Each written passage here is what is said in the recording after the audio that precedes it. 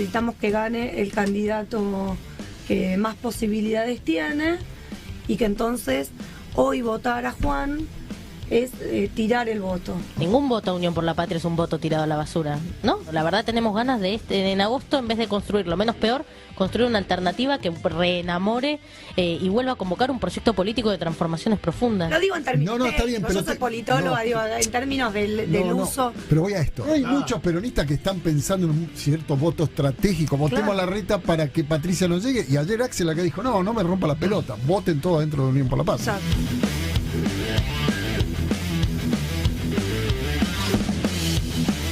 Bueno, la picosa mamá de Santiago Maldonado. Hoy se cumplen 6 años del momento en que desapareció mi hijo. El momento más desgarrador de mi vida. Esos 78 días posteriores hasta que vi. Bueno, muy buenos días, chicos, amigos de la prensa. No, listo, no. Decime una propuesta, porque yo voy a ir a votar. Decime una propuesta como la gente. Vamos a ordenar la seguridad. 5 minutos, perdete, y decime una propuesta. Tengo que hablar con toda la gente. No. La ciudad anda bien. La ciudad anda para los ojete. Estaba hablando.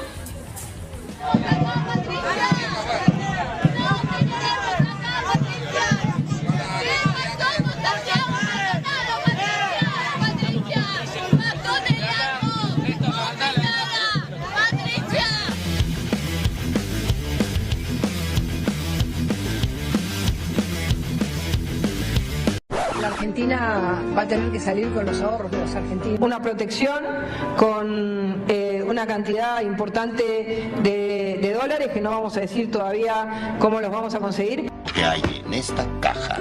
La caja. No va a generar una hiper, porque la gente, digamos, si eso lo combinamos con el bimonetarismo, es decir, que la gente pueda también utilizar y tener una ingeniería jurídica muy fuerte, que pueda utilizar también el dólar, la gente va a poder utilizar el dólar y no va a tener miedo de irse no se va a ir al dólar, porque va a tener realmente la posibilidad de utilizar el dólar como moneda corriente. Bajo un programa, bajo un acuerdo con el Fondo Monetario que nos blinde en dólares. El blindaje es una operación económica. Nosotros vamos a abrir el cepo lo antes posible. Porque es entrar con una cámara de televisión al Banco Central. Claro, porque a corazón abierto queremos decirle a la gente cómo está el país. ¿Es en serio? Pero es que es verdad. ¿Vas a entrar con una cámara al Banco Central? Para mostrar a la gente es muy bueno. qué banco...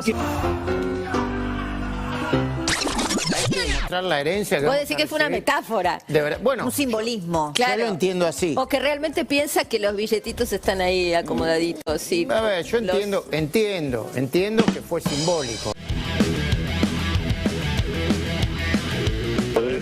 Desde suspender el concepto de ultraactividad temporalmente para hacer durante un tiempo un rush para que todos los convenios colectivos vuelvan a ponerse en condiciones modernas. Yo sé que hay muchos que no tienen o no sienten la obligación de ir a votar.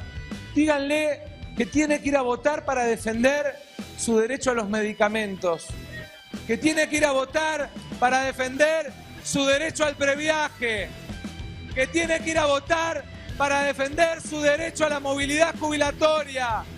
Ellos quieren recortar, nosotros proteger a quienes trabajaron toda la vida.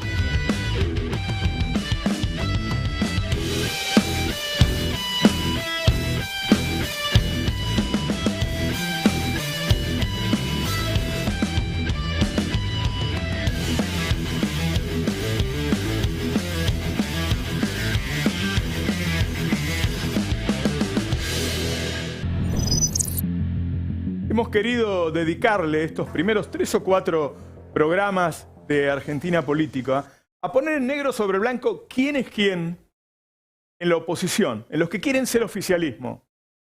Han laburado mucho para desdibujar el personaje de cada uno de Juntos por el Cambio y para que vos te confundas. En realidad, el objetivo principal de los medios de comunicación es confundirte.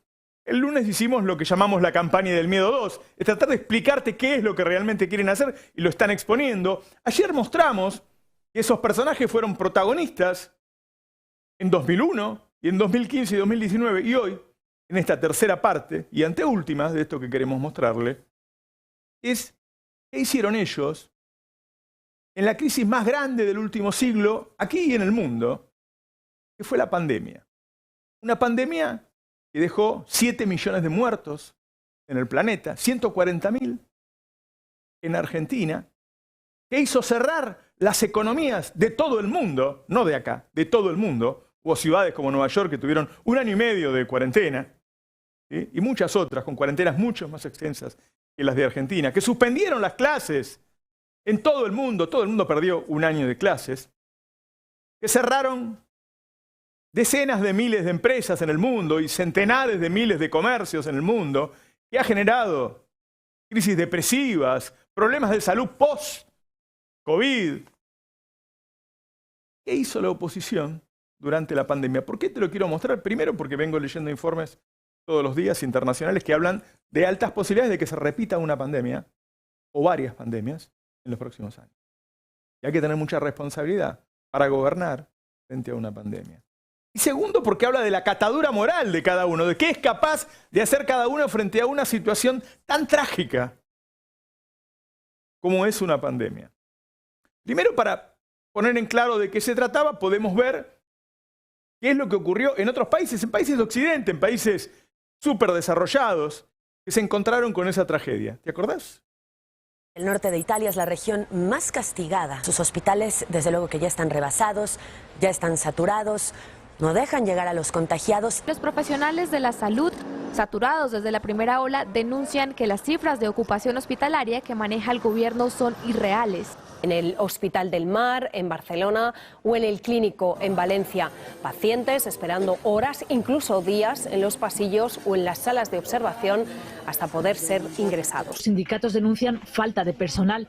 La situación ahora mismo es cuestión de vida o muerte. Es lo que dicen los médicos británicos. Entre 300 y 500 personas mueren cada semana en Reino Unido por el colapso del sistema. Los pacientes esperan horas en pasillos y aparcamientos de los hospitales. El Reino Unido ha tardado en anunciarlo, pero finalmente se suma al cierre de escuelas y universidades. En Europa se multiplican las críticas por el lento reparto de las inyecciones. Y está la cantidad de cadáveres en Nueva York que la ciudad tuvo que cambiar su política. De ahora en adelante solo podrán guardar los cuerpos de los difuntos por 14 días. Si no, serán enterrados en una fosa común. Fosas comunes en Nueva York para enterrar a las víctimas del COVID-19. Aparcados en el exterior de una funeraria al sur de Brooklyn, Nueva York. Cuando llegó la policía se encontraron unos 100 cadáveres en descomposición. Según las autoridades, los cuerpos estuvieron en los vehículos de alquiler durante más de una semana. Los argentinos tuvimos la posibilidad de ver qué ocurría en el norte en países que no estaban preparados, que fueron sorprendidos por la pandemia, y los países más desarrollados del mundo tuvieron un desastre. Tuvieron la gente que se le moría en la calle, en los pasillos de los hospitales, no había lugar ni siquiera para apilar los cadáveres, las ambulancias se hacían cola con una persona que se estaba muriendo y no tenían lugar para llegar al hospital. No estaban preparados para una pandemia. El mundo no estaba preparado para una pandemia. Argentina inmediatamente declara la cuarentena y se empieza a preparar para esa pandemia, para evitar que nos ocurriera eso que le ocurrió a los Estados Unidos, a Italia, a España, a Inglaterra, y lo logramos. Y lo logramos. Ese desastre no ocurrió. La gente que murió fue porque no se podía evitar. Ese desastre no ocurrió. Ahora, mientras el gobierno salvaba vidas, mientras hacía hospitales, mientras conseguía las vacunas, ¿qué hacía la oposición? La oposición trataba de romper con todas las reglas que se habían generado por consejos de la Organización Mundial de la Salud que estábamos siguiendo para salvar vidas. ¿Qué hacía la oposición? ¿Vos te acordás? Miralo. El modelo de cuarentena que eligió Argentina hoy constituye un delito de lesa humanidad. Hemos tenido una estrategia de cuarentena fracasada. A los chorros que liberan y asesinan gente. La cuarentena sirvió para toda esa mierda en realidad. Todo esto es un sistema muy perverso donde además la cuarentena se la utiliza como mecanismo de represión. La cuarentena no es un remedio, la cuarentena no es una vacuna. La cuarentena posterga. Con esta magia de la cuarentena cavernícola, Argentina es el mejor alumno de la Organización Mundial de la Salud. El pico nunca llegó y eso alargó una cuarentena que ha dejado y que está dejando muchas secuelas. un gobierno que nos tiene guardados porque para que no funcione el Senado, o si funciona le apagan los micrófonos. Era una simulación de Auschwitz. Tremendo. Porque no te torturaban, pero saliste peor. Estos pibes están jugando con la vida todo el tiempo de nosotros. Lo único que te podía salvar, hasta que estuviéramos vacunados, era quedarte en tu casa. Quedarte en tu casa. Yo tuve la oportunidad de hablar con el presidente el 19 de marzo, un rato antes, terminó de hablar conmigo y fue y anunció la cuarentena. Y yo le dije ese día, seguramente, si tomás esta decisión, vas a salvar muchas vidas y vas a perder por lo menos las elecciones de medio término. Me dijo, soy totalmente consciente de eso, vamos a salvar todas las vidas que podamos. E hizo eso. Ahora, la oposición lo que hizo todo el tiempo fue decirle a la gente que salga de su casa. Que la cuarentena era la más larga del mundo, cosa que es una mentira. Que los tenían ahí para que no se legislara en el Senado. Que los tenían ahí porque los tenían como presos. Que era una dictadura, que era una infectadura. Hacían salir a la gente y muchos salieron y muchos se murieron. La gestión sanitaria, lejos de lo que ellos decían que era mala, era buena. Era buena. Vamos a ver algunos datos de qué pasó con la gestión de pandemia en Argentina. Prácticamente duplicamos la cantidad de camas de terapia intensiva en la provincia. En estos 200 años se habían hecho más o menos 1000 camas de terapia intensiva, vamos a estar teniendo más o menos 1000 camas más. ¿En cuánto? En 3 meses. Sin querer abundar sobre un detalle, en los años de los que hablaba Axel, ni Ministerio de Salud existía. Y evalúa también consecuencias emocionales, psicológicas. Realmente hay mucha gente angustiada. Dejen de sembrar angustia. Angustioso es que no te cuiden, angustioso es que el Estado te abandone, angustioso y angustiante, mejor dicho, es que el Estado diga aquí no pasa nada, acá están pasando cosas serias y por eso actuamos como actuamos. Ahí estaba Silvia Mercado apretando al presidente cuando la gente se estaba muriendo como loco en todo el mundo. Ahora bien, los colegas de Silvia Mercado, todo el periodismo macrista, directamente incitaban a la gente a que saliera. Salir era morirse. Afuera estaba el virus y no estábamos vacunados. Salir era morirse. Sacaban a la gente a la calle a morirse para hacer oposición. No les importaba cuántas vidas costara hacer oposición. Decir que el gobierno se había convertido en una dictadura que te tenía encerrado cuando en todo el mundo la gente estaba encerrada. Cuando en todo el mundo la gente estaba encerrada. Porque ya habían entendido, porque habían muerto miles, decenas de miles. Porque se habían atestado en los hospitales y porque la gente se moría en la calle sin atención, se ahogaba. Así lo hacían los periodistas macristas. Salgo cuando se me canta las pelotas y vuelvo cuando se me canta las pelotas. Sí. ¿Entendés? No cuando me lo dice el presidente. ¿Está bien lo que está pasando? ¿Está bien esta cuarentena que va a ser la más larga del mundo, la de la Argentina? Nació mi sobrina y yo no la vi, no la voy a ver, no sé cuándo la voy a ver. Encerrados, aislados del resto de la sociedad, cuarentena. Mirá, parece increíble, pero más de 600 años después seguimos apelando a los mismos métodos. A los que decíamos, señores, no se puede sostener tanto tiempo a la gente sin la posibilidad de trabajar, tener un vínculo social. ¿Este aumento de los casos no será una estrategia del gobierno para justificar el aumento de los casos? Entonces, ¿vos tenés que ¿Para justificar qué? La suspensión de las PASO. Agitaban fantasmas que era para que no hubiera paso, para que no hubiera elecciones. Claramente los empresarios querían que la gente fuera a laburar, si se morían, porque tenían sus empresas cerradas y no ganaban guita. Muchos de esos que estaban sacando a la gente a que se muriera recibían guita de los empresarios. Pero también recibían la bajada de línea del dueño del canal, de Mauricio Macri, de Horacio Rodríguez Larreta, de Patricia Bullrich, de hacerle la vida imposible al gobierno diciendo que era una dictadura, mientras el gobierno estaba tratando de salvar vidas. Mientras el gobierno estaba tratando de salvar vidas. Es difícil ponerse en ese lugar, es decir, no lo puedo hacer. Aunque quisiera, no puedo decirle a una persona que salte de un precipicio. Es lo mismo que salir afuera sin vacunar cuando está el virus. Y lo hicieron. Repito, hay muchas posibilidades de que vuelva a haber pandemias en los próximos años y por eso hay que estar a cargo de gente responsable. Pero además de eso, no podés votar a gente que sacaba a los argentinos a la calle para que murieran. Vos tenés que votar a personas que quieran a los argentinos. No votar a alguien que sacaba a los argentinos para hacer política, para que se murieran. Para que se murieran. Y dentro de un rato después te voy a mostrar lo que hizo Patricia Bullrich en Formosa. Y la gente se moría. Por lo que decía Bullrich, por lo que decía Feynman, por lo que decía Johnny Viale. Mataron mucha gente. Yo sé que no queremos pensar en la pandemia. Todos tenemos algún amigo, algún familiar, alguien que se nos murió. O nos enfermamos nosotros y nos asustamos. Pues esto pasó y no nos puede pasar de vuelta. No podemos tener esta gente. Y mucho menos en el gobierno. Y mucho menos en el gobierno. Después de dar tanta manija, empezaron a hacer marchas. Sacaban a la gente. Algunos de ellos que se hicieron conocidos murieron por salir ahí. Pero además esa gente que hacía las marchas anti-cuarentena volvía a sus casas y contagiaba a sus padres, a sus abuelos. Hicieron marchas anti-cuarentena en donde iban adelante los dirigentes de Juntos por el Cambio y eran organizadas, me acuerdo muy bien, por Alfredo Leuco, por Majul, por Feynman. Ellos organizaban las marchas, sacaban a la gente a marchar contra la cuarentena y los dirigentes de Juntos por el Cambio estaban en esas marchas. Míralo. Yo fui al hospital, filmé y no hay nadie. No hay nada, no está tan colapsado como dicen los casos que hay.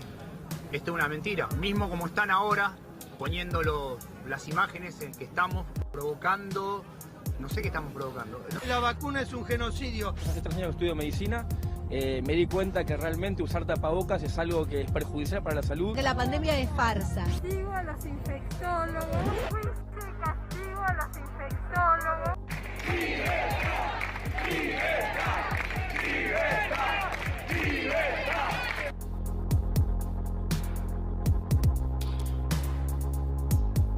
Hay que privilegiar en este momento la salud también porque hay mucha gente que se está muriendo. Perdón, la gente muere todos los días y por diferentes patologías que no están siendo atendidas.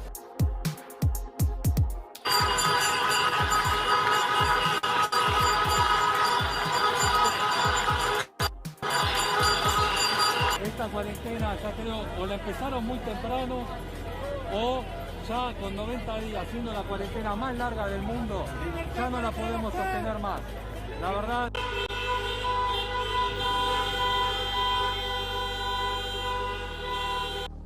Y la primera reflexión, por supuesto, es que en algunos países hemos tenido gobiernos que creen que la pandemia es una buena oportunidad para avanzar en estos autoritarismos soft, livianos, que si no se los toma seriamente, pueden devenir en una dictadura como la de Venezuela.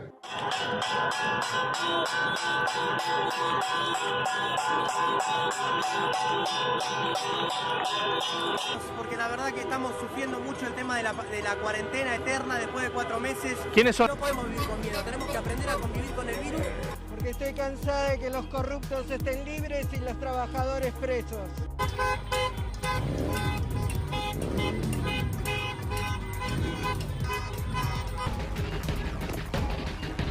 No solo repudiable, también temible.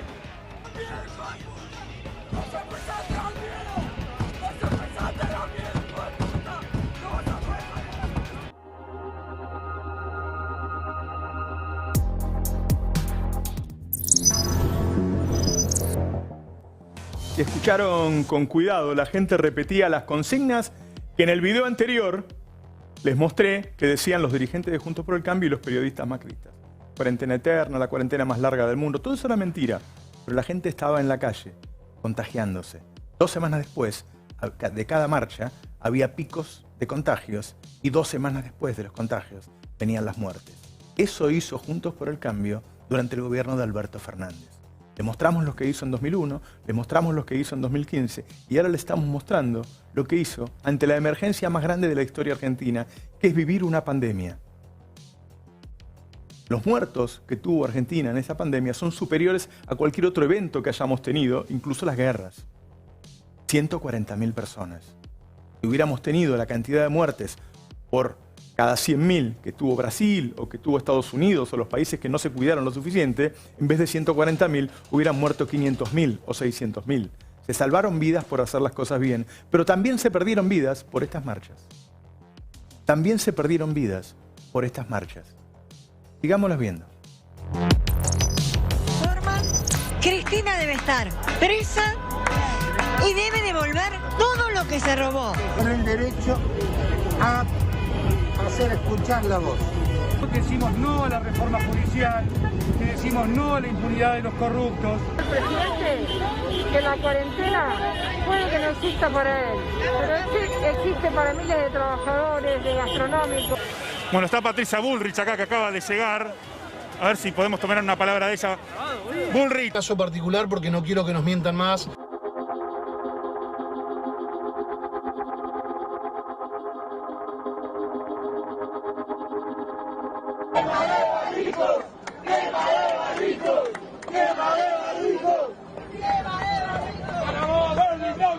Primera reflexión, estamos acá compartiendo con Maximiliano Guerra esta marcha, estamos emocionados por tanta gente, por tanta grito de libertad, grito de república, la gente que quiere volver a trabajar, que quiere su negocio abierto, que no quiere más 7 meses de cuarentena. Sí, el PRO convocó porque sacó un tuit generando una convocatoria, así que la verdad es que estoy contenta porque es la primera vez por un caso tan grave, gravísimo, de indignación de la población.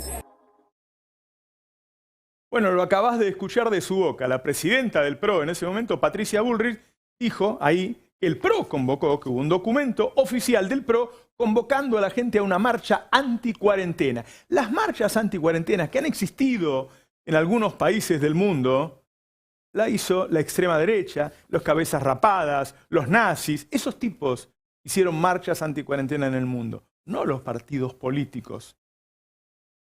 No una persona que después te va a pedir ser presidenta de la nación. Lo dice gente de extrema, gente radicalizada, gente loca, gente paranoica. No una persona que hoy quiere ser presidenta. Eso hizo Patricia Bullrich. Sacó a la gente a la calle. Y si salió un documento del PRO, lo hicieron todos. Lo hizo Larreta, lo hizo Macri, lo hicieron Vidal, todos los que firmaron ese documento. Sacaron a la gente a la calle en pleno COVID. Cuando la gente se moría. Cuando no teníamos vacunas o cuando teníamos una dosis. Luego de eso dijeron que la gestión sanitaria del gobierno había sido mala. Había sido mala. Ahora podemos ver si fue mala o no fue mala en algunos datos de la Organización Mundial de la Salud. A ver.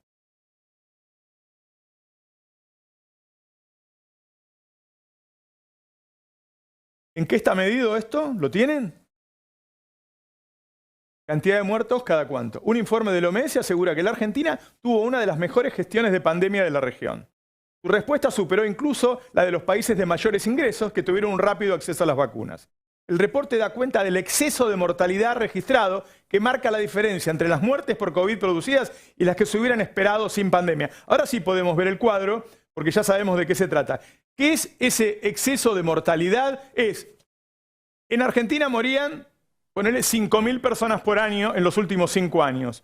¿Cuántas más murieron? ¿Qué porcentaje más murieron? El promedio mundial era 14. Hay países como Perú que tuvieron 92% más de muerte, Ecuador 63, México 50, Bolivia 47. Estamos hablando de países, en el caso de México, mucho más rico que nosotros, en el caso de Colombia, similar. Estados Unidos tuvo 20, tuvo mucha más sobremuerte que nosotros. Brasil, un país mucho más desarrollado que nosotros, 20. España, casi 18. Chile, del que hablan también en Argentina, casi 17. Bélgica, uno de los países de mejor calidad del mundo, 16.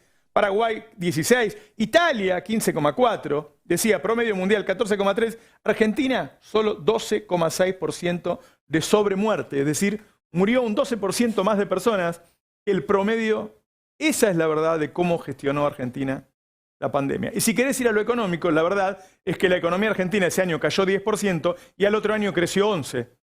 Y fue uno de los pocos países en el mundo que al otro año ya se había recuperado y tenía un poco más de crecimiento de antes de caer. Es decir, era mentira que tenías que elegir entre la economía y salvar vidas. Primero salvas vidas y si salvas vidas anda bien la economía.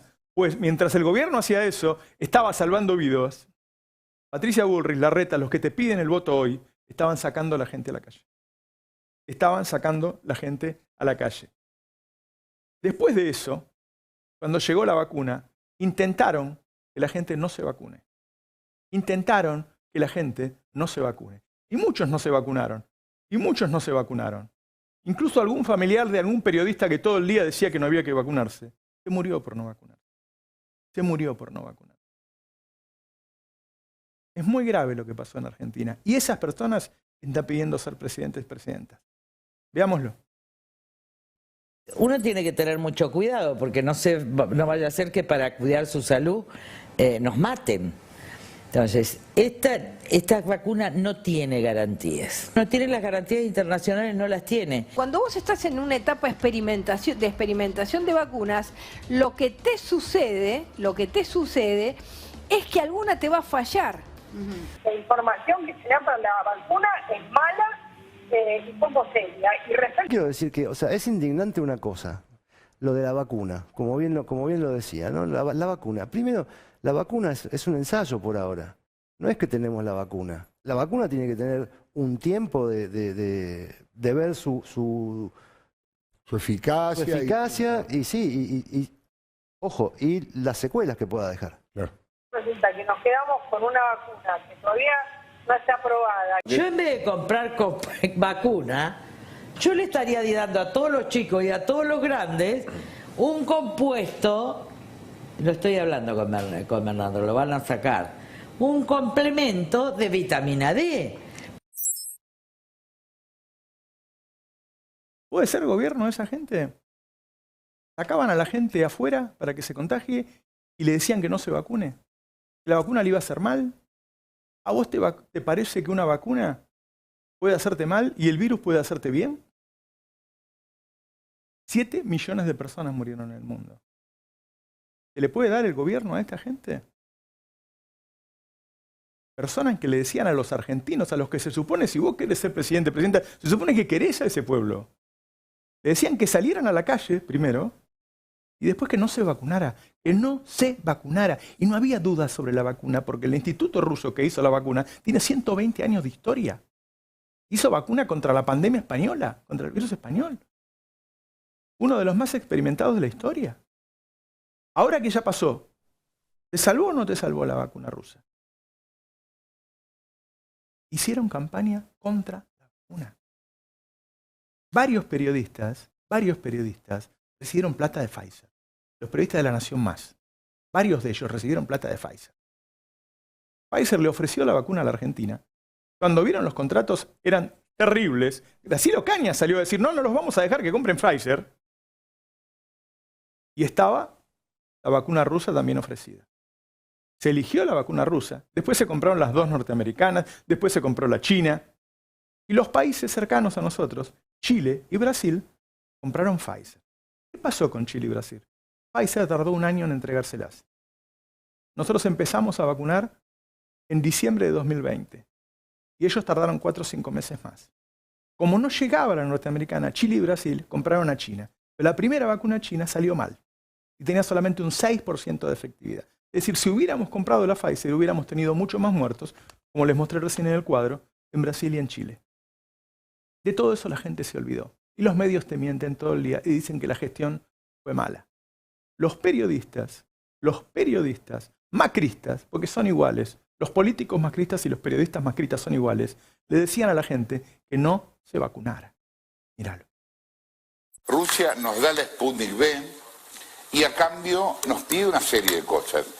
Dentro de esa serie de cosas está la instalación de centrales nucleares de alta potencia en Argentina. No vaya a ser que para cuidar su salud nos maten. Carrió denuncia al gobierno nacional. Hablan de envenenamiento. ¿Envenenamiento? Sí. En el caso de otras vacunas, como la de Sinopharm, que con la primera dosis solo tiene el 3% de efectividad y la efectividad se completa hasta el 70% con la segunda, estoy citando cosas que escuché de científicos. ¿Qué haces con la primera dosis? ¿Es testimonial? Voy a tomar un poquito de mi CDS. Oxigena la sangre, viene divino. 10.000 es el número que se está evaluando para la próxima semana. Claro, pero Argentina tiene la cuarentena más larga del mundo, ministro.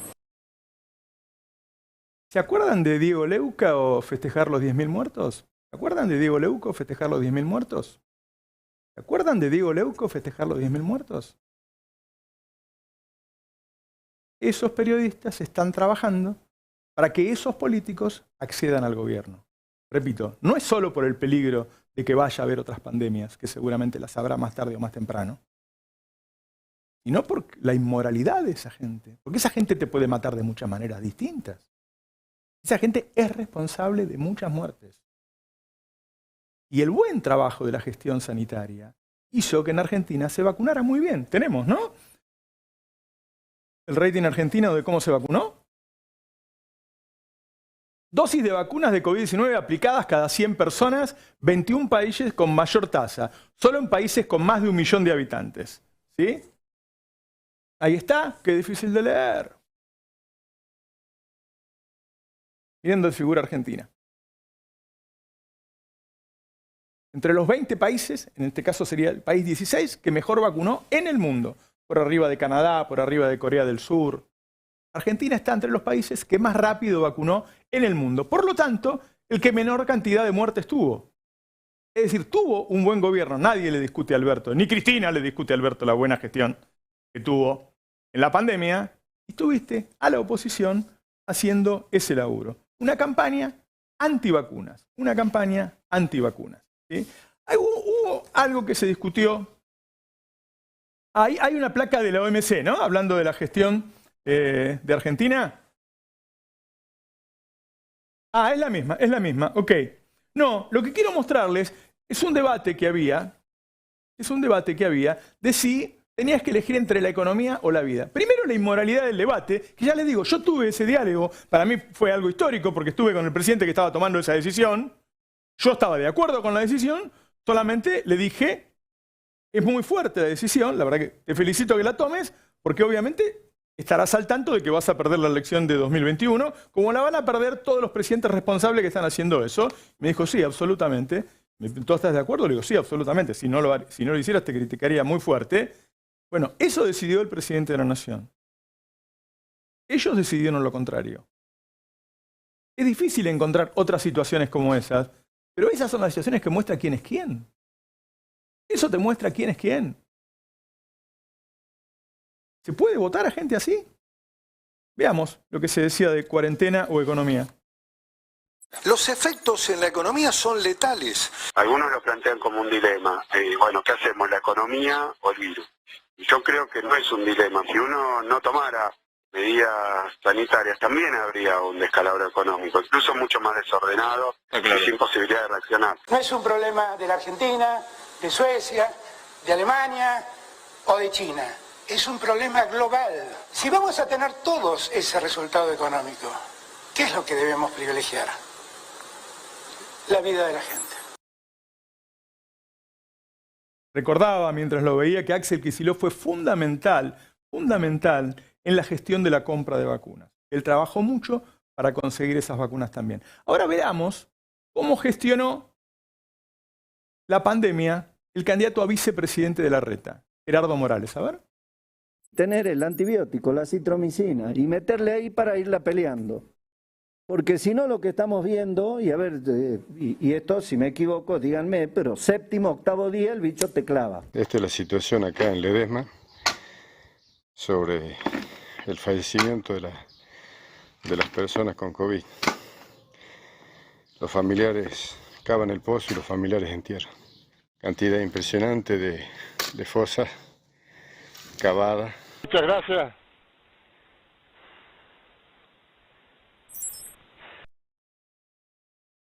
Esa era Jujuy, la provincia con más muertos cada 100.000 habitantes en Argentina. El gobernador decía que había que tomar un antibiótico, no vacunarse. Había que tomar un antibiótico. Ese es el candidato a vicepresidente de la Nación, de Horacio Rodríguez Larreta. Porque ¿sabes qué? Todos no fuimos iguales durante la pandemia. Todos no fuimos iguales. Hubo quienes nos dedicamos todo el tiempo, durante los 2 años, a poner médicos al aire para que les explicara cómo cuidarse, a explicarles nosotros, a mandar a la gente a vacunar, a decirle a la gente que se quede en la casa, que use el alcohol, cómo cuidarse. Y hubo gente que todo el tiempo, no solo no hacía todo eso, no solo no ayudaba, porque no había una vez que los escuchara decir cómo cuidarse a la gente, sino que le decía que saliera a la calle, y que no se vacunara. Que saliera a la calle y que no se vacunara. Recién te mostré Jujuy. Ahora te voy a mostrar qué pasó en Formosa. Formosa fue una de las provincias que mejor manejó la pandemia en el mundo. En el mundo. En el mundo. Había pasado como un año de pandemia y tenía 10 o 12 muertos. Se pusieron de acuerdo Patricia Bullrich y TN.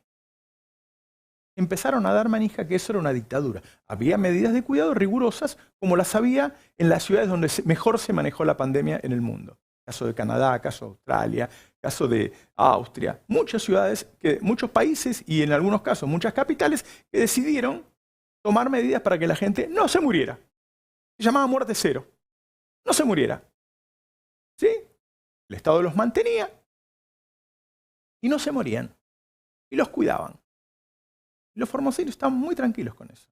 Empezaron a agitar desde acá hasta que fueron. Fue Patricia Bullrich. Organizaron 2 marchas con TN, sacaron a la gente a la calle y poco tiempo después había 700 muertos.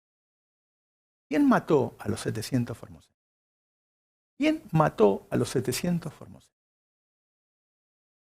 No se puede votar a cualquiera. No se puede votar cualquier cosa. ¿Quién mató a los 700 formoseños? Infran los había salvado. Patricia Bullrich y TN votaron. Vamos a verlo. Hay un grito de libertad muy fuerte en Formosa. La que está disfrazada paródicamente de presa es Patricia Bullrich.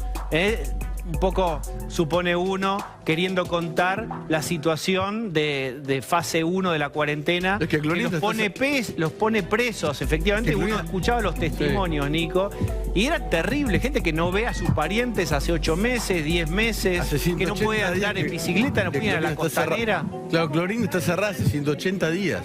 Absolutamente. Defender la libertad acá, en Formosa.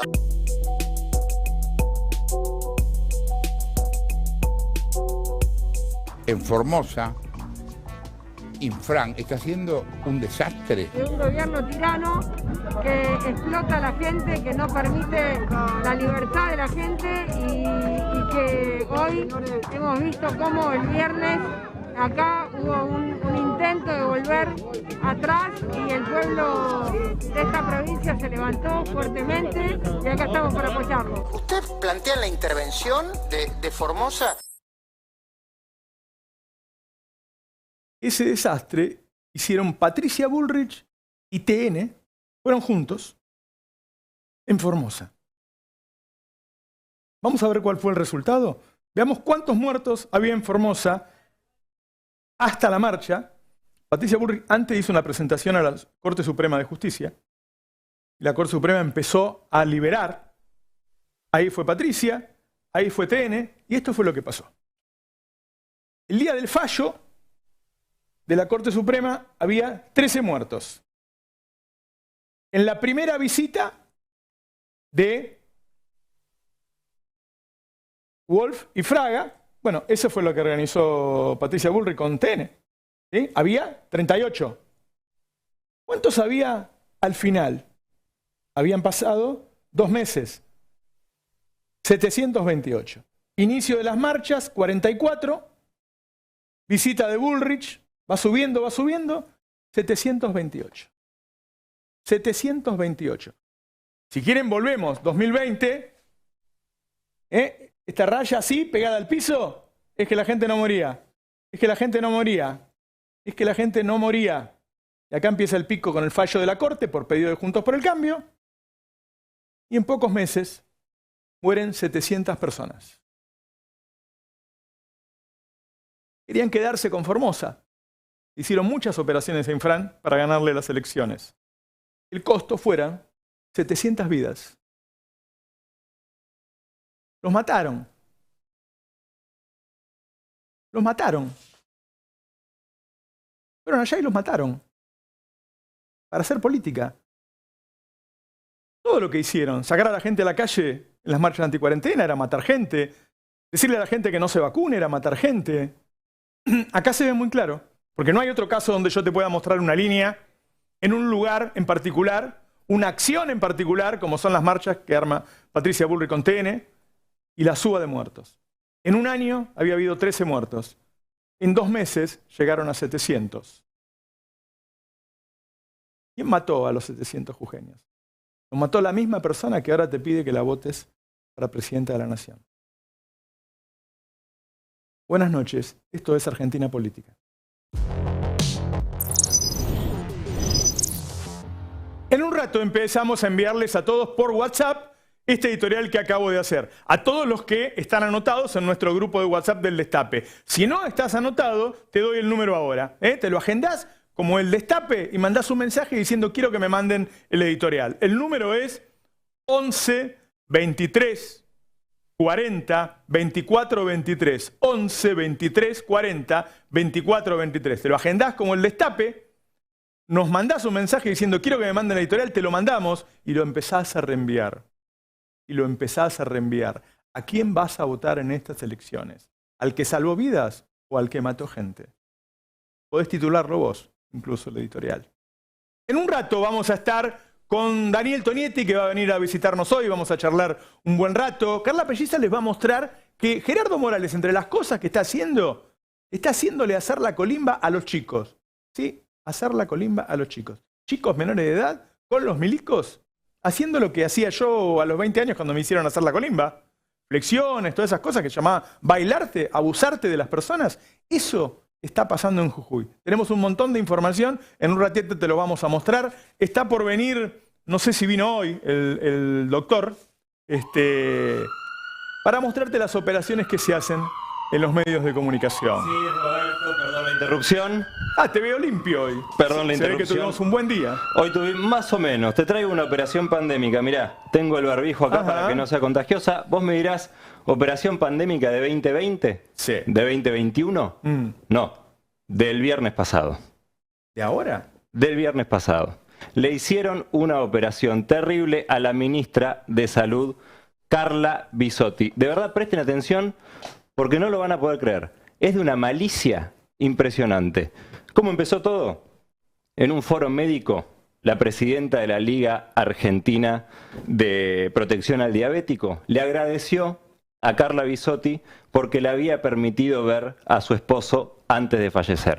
Ahí abrieron los ojos grandes y empezó la operación. Mirá cómo lo contaba Canal 13.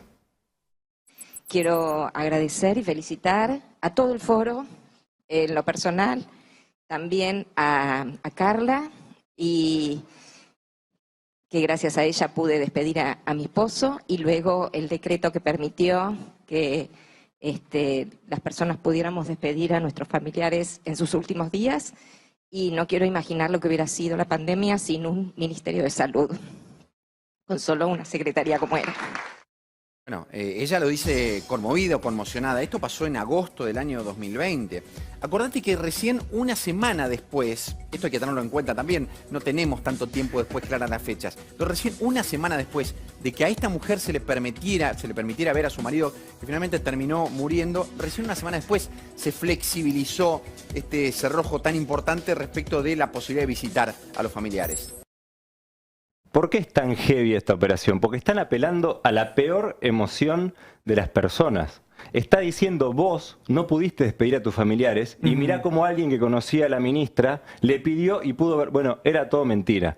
¿Dónde empieza la operación? En una nota que publica Clarín, Pablo Sigal, a las 7:49 de la mañana del viernes, revelan que Bisotti permitió visitas a internados por COVID cuando estaba prohibido. Mirá abajo, hay una desmentida del ministerio. Al final de la nota, todo el mundo sabe que nadie llega, te quedás en el título. En realidad el ministerio no hizo ni hace autorizaciones de visitas. El 30 de agosto del 2020, luego de escuchar y atender los pedidos de muchos familiares, se oficializó mediante el decreto 714-2020, algo que ya se estaba dando de hecho en muchas instituciones y jurisdicciones. El acompañamiento familiar durante la internación de pacientes durante sus últimos días de vida.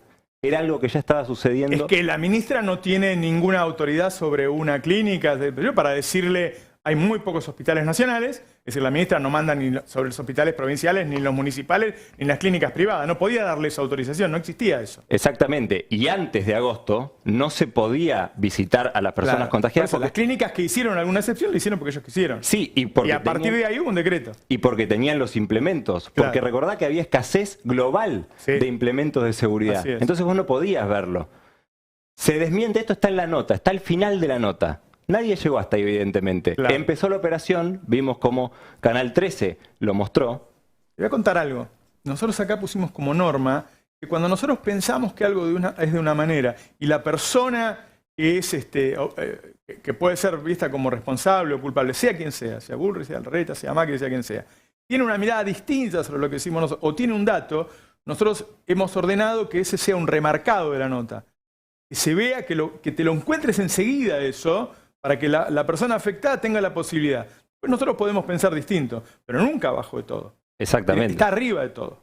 Acá estaba abajo al final. Y evidentemente nadie lo leyó.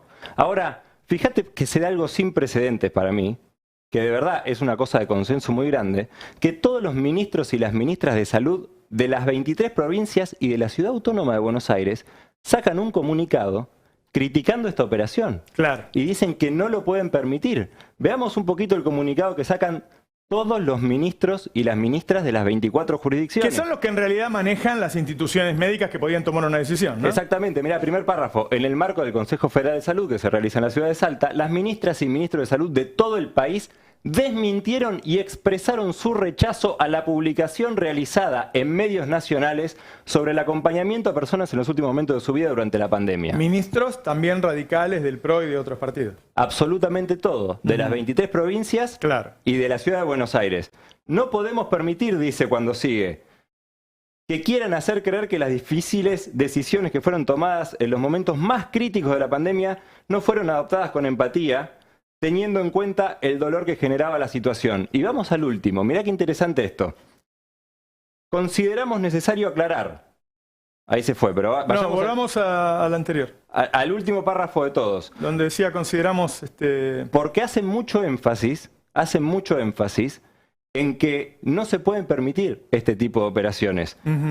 Mirá, consideramos necesario aclarar que a medida que la situación lo permitía y se contaba con los recursos necesarios, se desarrollaron los protocolos para poder dar respuesta al pedido de acompañar a los seres queridos. Esos protocolos ya estaban en marcha desde el principio del mes de agosto de 2020. Claro. Por ese motivo no es pertinente hablar de autorizaciones. Estaba claro, ¿no? Se podía hacer. ¿Quién lo firmó? Repito, veamos las firmas. 23 provincias y la Ciudad Autónoma de Buenos Aires. Entre ellos, ¿quién estaba? Fernán Quirós. Claro. Que muy bien, nobleza obliga, hay que decirlo. Muy bien este gesto de acompañar. Bueno, es que en general los ministros de salud son médicos que no están muy politizados y que no les gusta que los metan en ese barro. Exactamente. Pero bueno. Pasó con Quirós durante toda la pandemia. Quirós. Le hablaban mal del ministro y él no se peleaba. Y él le decía que era un sanitarista bárbaro. Un gran sanitarista. Claro. Y vas a ver al final de lo que te voy a mostrar que esto le costó a Fernán Quirós. Vas a ver por qué. Estaba este comunicado. Te voy a mostrar rápido cómo fue la cobertura. Que salieron después y aclararon que no, que se habían equivocado. Vamos a ver, Eleonora Cole en La Nación Más, como lo dijo.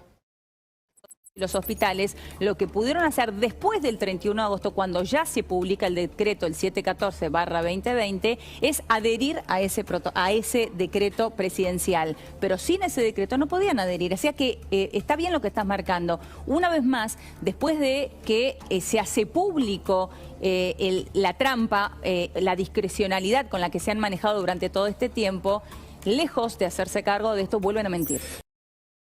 La trampa, la discrecionalidad, y no podían adherir porque no estaba el decreto, cosa que vimos que era falsa. Ya se venía haciendo durante el mes de agosto. Javier Lanari en La Nación Más.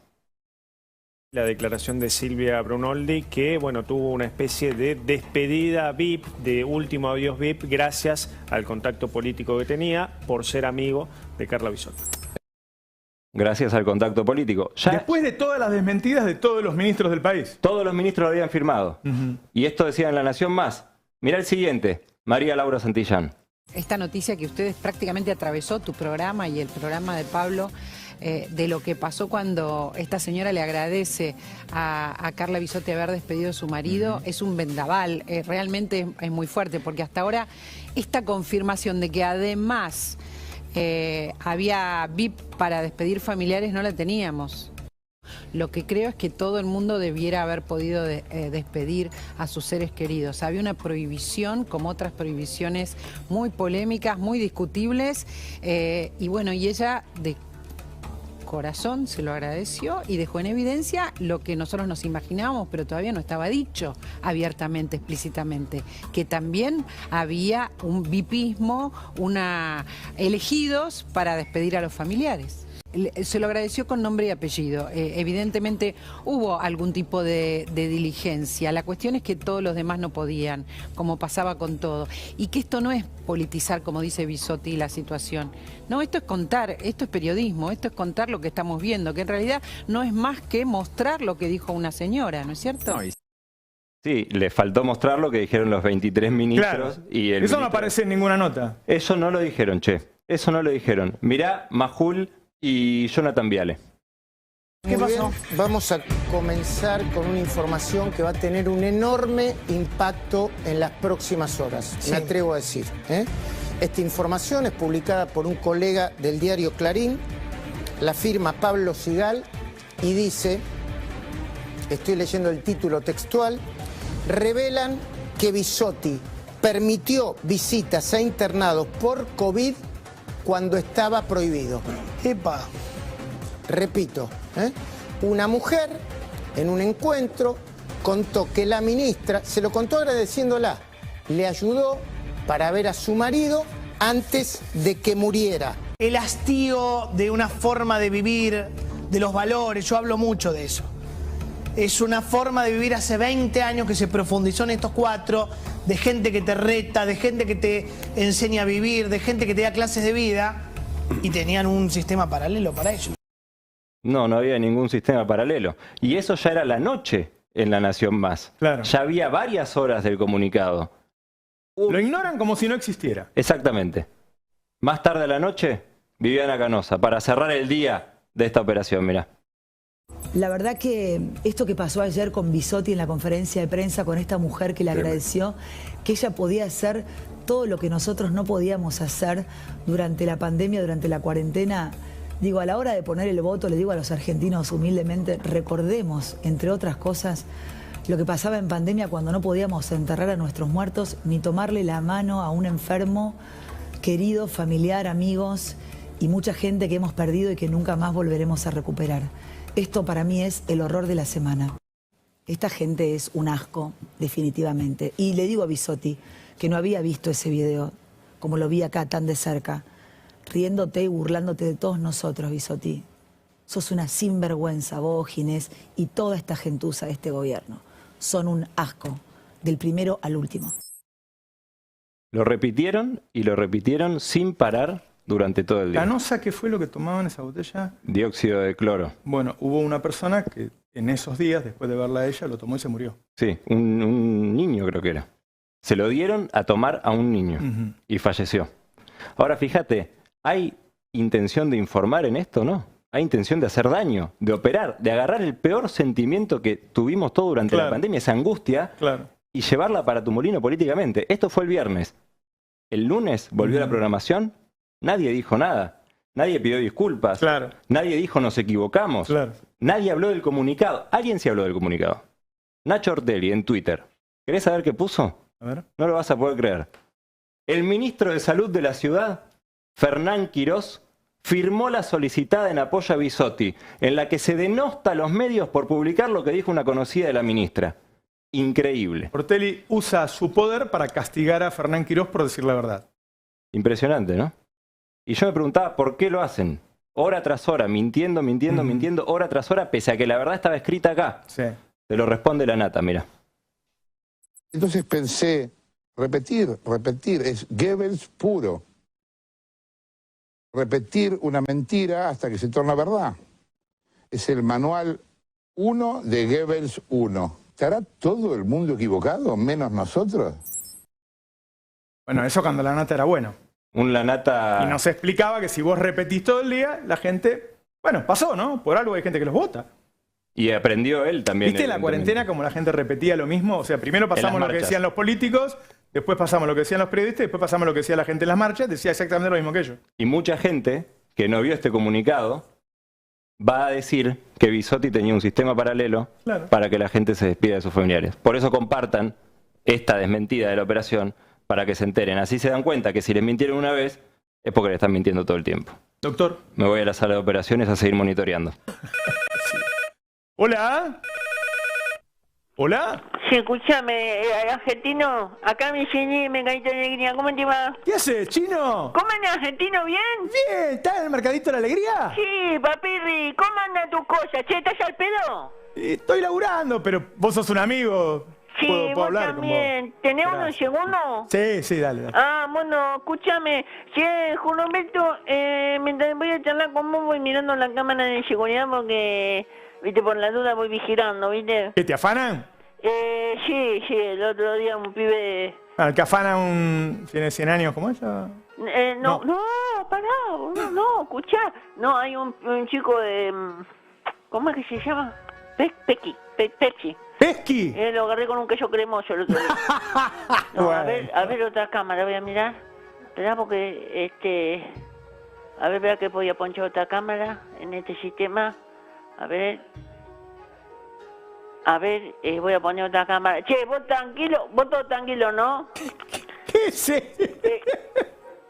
Está todo, no pasa nada. No, ¿cómo no pasa nada? No pasa nada. Es un quilombo eso. Se solicita limpieza, galaxia.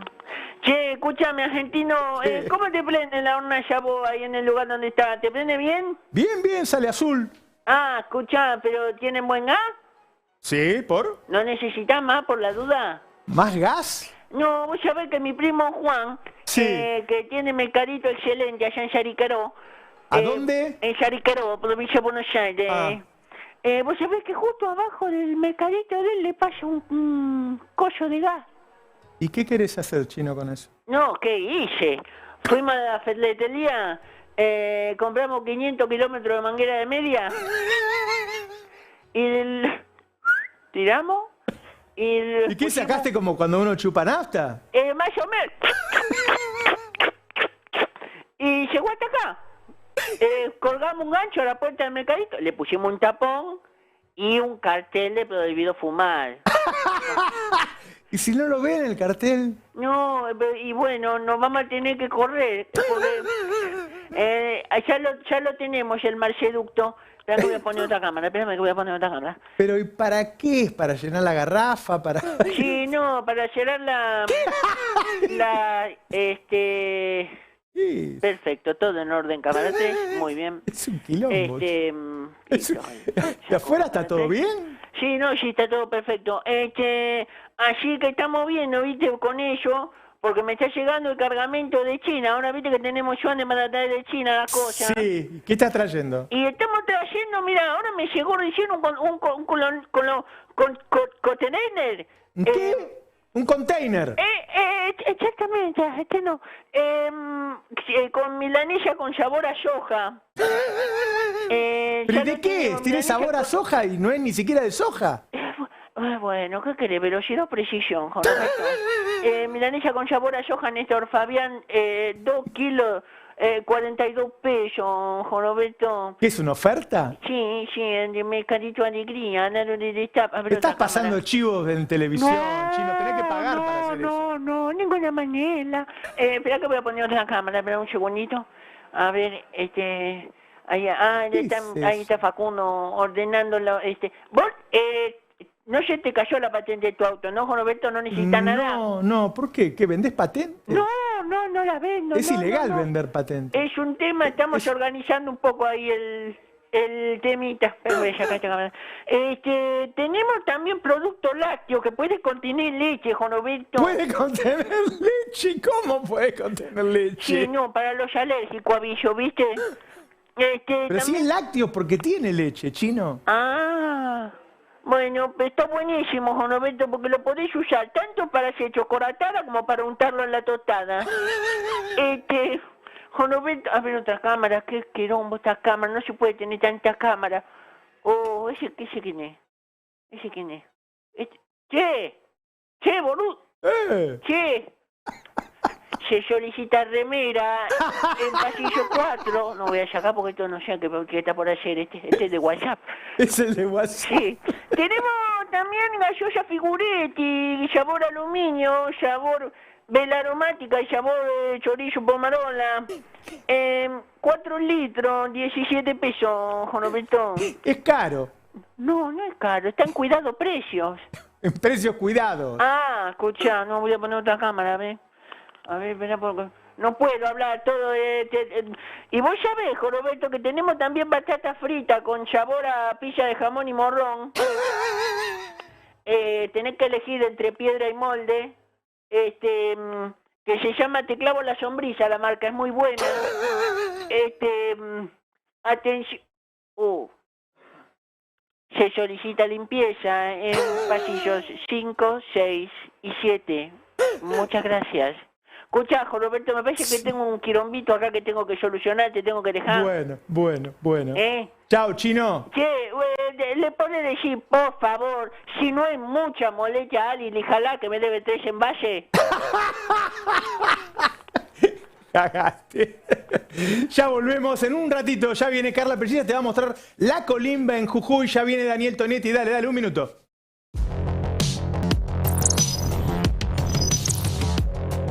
El otro día alguien me decía, si viene Bullrich, vuelve la colimba, vuelven los milicos.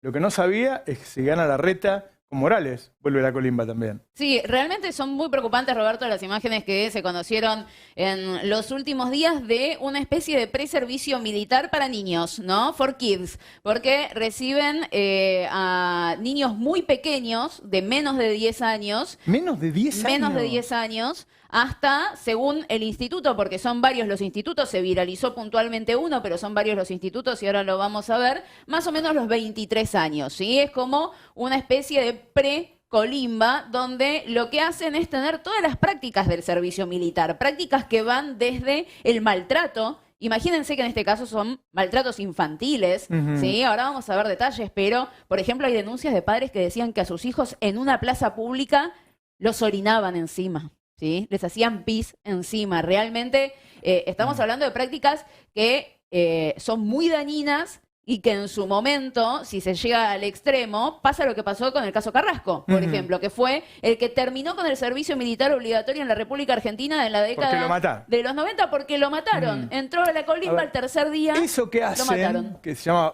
bailarlos, es para domesticar más que para disciplinar. Yo hice 14 meses de colimba. Y estuve 3 meses haciendo eso. Y los tipos te hacen hacer una gimnasia extenuante hasta que vos te desmayás, te pisan, había escarcha, había 5 grados bajo cero, y te hacían tirar sobre el piso y te caminaban arriba, te pillan, te hacen todas las cosas que a vos te puede ocurrir. Estaba lleno de chicos que se desmayaban, se descomponían, gente que se murió de asma, gente que se murió porque le dispararon, chicos que lloraban y teníamos 18, 19 años, no teníamos 13. 7. Te hablo de 7 años. Eso es una locura, nunca vi una cosa así. Chicos muy chiquitos, realmente que están ahí y lo preocupante es que son varios institutos que se van proliferando, ¿sí? Estos están en distintas ciudades de la provincia de Jujuy que tienen estas prácticas y que además se da en un contexto en donde la violencia claramente está creciendo, ¿no? Entonces vos estás dando una formación que en principio es violenta hacia la persona a la que está formando, ¿sí? Pero que después van a generar también mano de obra para salir a reprimir, como lo dijeron 1 y 1000 veces dentro de Juntos por el Cambio. Mirá esto de ponerse firmes. Mirá. Sí, saludan con el saludo clásico militar, se ponen firmes. Mirá los niños, Son niños tan muy chiquitos.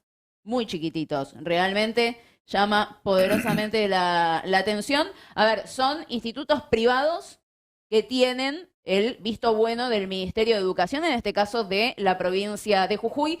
Intentamos hablar con el entorno del gobernador. Pero además son milicos.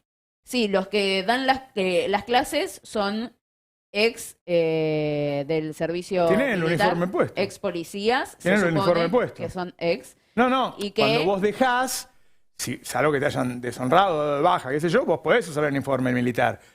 Pero Una locura. Sí, sí, son docentes y también los que están a cargo de estos institutos, personas de las fuerzas. ¿Sí? Y que entrenan a los chicos. Vamos a ver, antes de meternos con los datos, uno de los videos que más se viralizó por estas horas, donde básicamente se nota claramente cómo es este entrenamiento, como les dicen, ¿no? Esta preparación para la vida, para llevar adelante el orden y la convivencia en sociedad, este servicio premilitar for Kids en la provincia de Jujuy.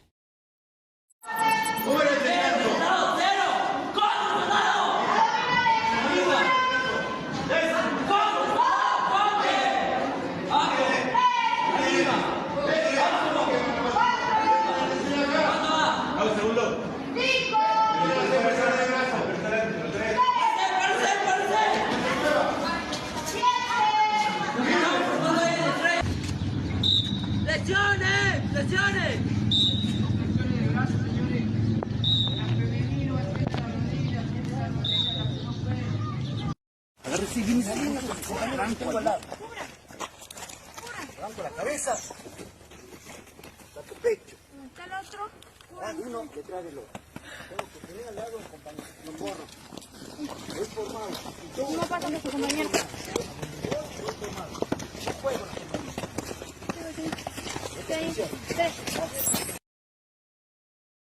Son realmente niños muy chiquititos, ¿no? Los que veíamos ahí en las imágenes. Estamos hablando, reitero, de menores de 7 años que pueden ingresar a estos institutos premilitares para generar esta formación. Mirá si lo hubiera hecho la Cámpora, ¿no?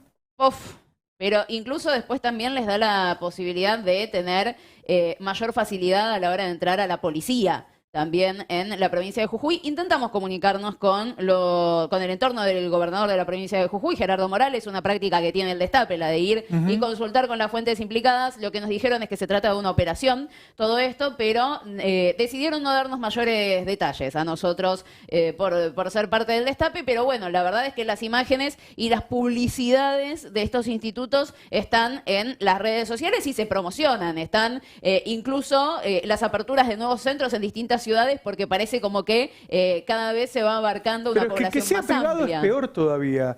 O sea, que el gobierno de Jujuy permita que los privados hagan esto, es peor. Claramente están haciendo formaciones para militarizar la provincia, claramente. Y encima lo dejan en manos de privados. Todo eso es una locura. Mirá los chicos con uniforme. Sí, sí, sí. Les enseñan a desfilar, a moverse como militares. Como veíamos recién, los instructores son policías, las autoridades son policías retirados. ¿Sí? En estos institutos les hacen hacer a los ejercicios menores, los hacen meter en el agua, hay tomas de sometimiento, pero también les enseñan a hacer lucha, hay escenas también de maltrato de estos menores. Acá tenemos unos datos para compartir con ustedes. Como decíamos, son instituciones privadas de ex policías, cuentan con el aval del Ministerio de Educación de la provincia de Jujuy. El caso que más se viralizó es el de la Academia General Álvarez Prado, que está en distintas ciudades de la provincia de Jujuy, ¿sí? Y recibe a niños de 7 a 23 años. Pero hay más institutos, no es pero el además, único. les enseñan a pelear, les enseñan, yo no sé si les enseñarán también a usar armas, pero es una locura. Sí, hay entrenamiento con armamento, sí. Que también está en manos de menores de edad. ¿Qué les enseñan, entre comillas, no? Obediencia, responder con la mano en la sien, el clásico saludo militar, y gritar como si estuviesen en el ejército. Acción en combate, lo que decías, defensa personal, hay kung fu, Yalei, que desconozco ya ese arte marcial, primeros auxilios también, les enseñan, bueno, a manejar el tema de la comunicación, de la radio, de la cartografía, distintos mecanismos que usa claramente el servicio militar cuando, por ejemplo, te quedas sin señal porque estás en el medio de la nada. Salvamento, rescate, cuerda. ¿Y qué es lo que debe ser el orden y la disciplina en la sociedad? Bueno, para eso nos están preparando. Exactamente. ¿No? El orden y la disciplina en la sociedad. Esa es la dictadura. ¿Qué es el orden y qué es la disciplina? Es la gran pregunta. Porque Cristina ya lo dijo. Para ella, el orden es que la familia esté a la hora de la cena compartiendo un plato de comida todos en la misma mesa. Claro. Para ellos el orden es otra cosa y lo vimos hace poco en la provincia de Jujuy justamente con una feroz represión. Otros datos más, los últimos. Un egresado luego cuenta con beneficios para ingresar a la policía local, obviamente porque tuvo una formación ya en estos institutos premilitares. Se destacan situaciones de hostigamiento y maltrato como violencia infantil, tanto en el modo de dirigirse a los niños, reitero, son niños de 7 años. 7 años ya los que ingresan ahí, y se les dirigen los superiores mal a la hora de hacer tareas o las acciones que se le están demandando a nenes que deberían estar jugando. Y lo que decíamos, una madre comentó que un adolescente le contó hace unos meses cómo unos compañeros suyos le habían orinado encima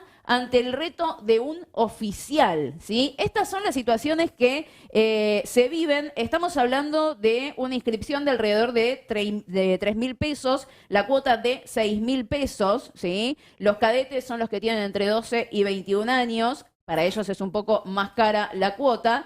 Y hay distintas fundaciones que gestionan estas sedes que tienen distintos institutos en diferentes partes de la provincia de Jujuy en un contexto de clara represión en ese distrito. Un mensaje muy claro también de Larreta y de Gerardo Morales a la hora de decir, nosotros ya lo hicimos, nosotros ya ordenamos. ¿Cómo ordenaron? Así. Qué bárbaro. Gracias, Carla. ¿Hola? Ay, que acabo de llamar a Navarro, por favor, póngame el coso, A ver, ¿cómo venimos de actividades? El 3 de agosto, 14 horas de desayuno, con Quintana. Y el 7 de agosto... ¿Macri? ¿Macri es? Oye, Roberto. ¿Qué quiere, Macri? ¿Cómo vamos? Hola, ¿cómo vamos? Ya están haciendo las valijas, ¿no? ¿Qué quiere? No, porque el alquiler de tu boliche vence en diciembre. Esto no es un país normal, Navarro. Vos hace 5 años estabas mangueando en el subte y hoy tenés un imperio. ¿Cómo puede ser esto? Ya le dije a Caputo igual, que te acerque una oferta que no vas a poder rechazar. Dale. No, mejor no. Bueno, temas que me preocupan. A ver. ¿Qué fui acá? Se desprendió un bloque de hielo de la Antártida del tamaño de Argentina. Ajá. ¿Lo viste, no? Sí, sí. Y bueno, espero que tengamos suerte y no choque contra Pomodoro Rivadavia, ¿no? Que hagamos en Pomodoro. En Bariloche quieren sacar el monumento a Domingo Faustino Roca, el padre de la patria. Domingo Faustino. Una vergüenza, te la hago corta. Sí. Si no hubiese existido Roca, la Patagonia estaría llena de comanches como el conurbano. Otro tema, me asusta la inseguridad jurídica en los Estados Unidos, Navarro. Deberías hablar de eso. Lo están haciendo, el lawfare, don Joe Lewis, ¿no? El lawfare, sí. No, pero a ver, no es porque sea un conocido lejano. No, se meten con un pobre viejito de la mínima. ¿Qué es esto?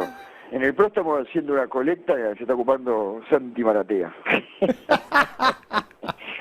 Bueno, ay, perdón. También se pueden juntar firmas en Change.org, el hashtag es libere el viejo bufarreta.org. Bueno, Roberto, estamos con miedo, estamos con mucho miedo. Sí, me imagino. No, si el viejo prende el ventilador nos quedamos sin prensa, sin justicia. Sí, me imagino. Navarro, María Eugenia Vidal manifestó su apoyo a Rodríguez Larreta. ¿Lo viste eso? Lo vi. ¿Qué te pareció? Sí, bueno, ellos se apoyan mutuamente desde hace años, ¿no? También se apoyan con Ritondo, en una época me apoyaban a mí, Mario muy de andar apoyando, ¿viste? Qué hijo de puta. Mira, que en el PRO somos como los swingers, ¿viste? Siempre alguien te la pone. Bueno, Navarrito, te voy dejando que me dormí un ratito. Que sigas bien, ¿eh? No te olvides nunca. Lo prometido es deuda. Chao. Vamos a una tanda en 5 minutos, nos queda Lucas Bo y después... ¿Ya llegó?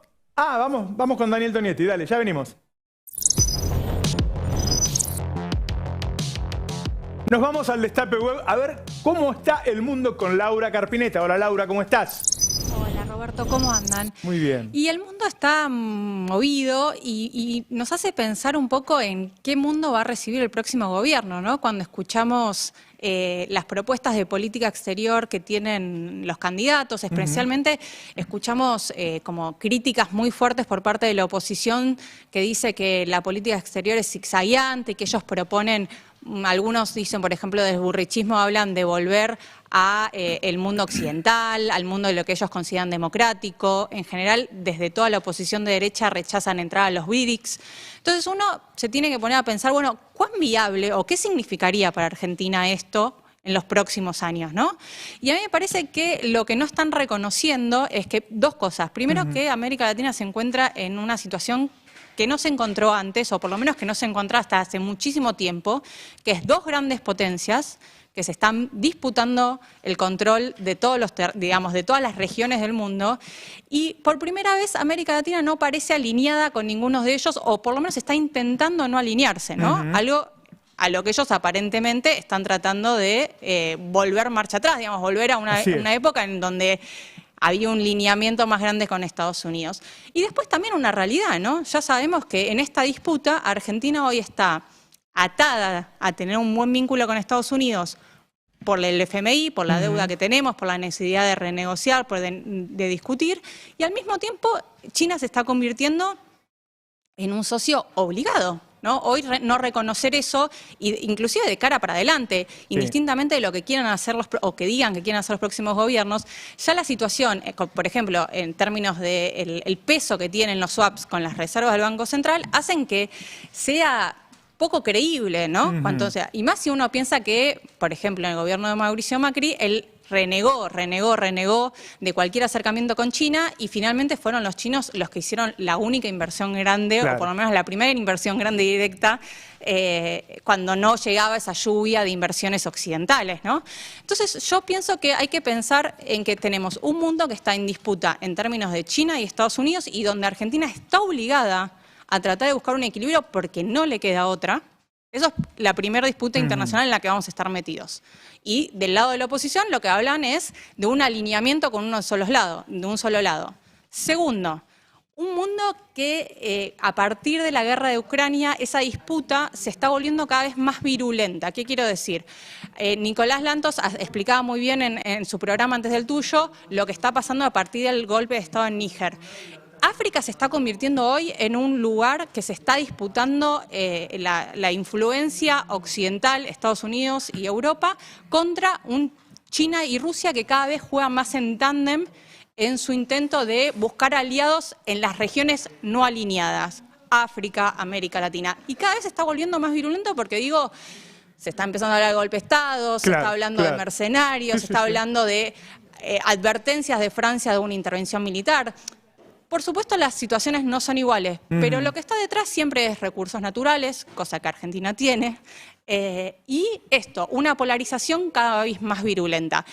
No queremos, en una polarización cada vez más virulenta, volver a tener un concepto de relaciones carnales donde se queda uno siempre de un lado. Tercer concepto que me parece muy importante. Muchos hablan en un planteo de salir de la política exterior ideologizada y ser más pragmático del Mercosur. Hoy por hoy me parece que no están reconociendo dos cosas.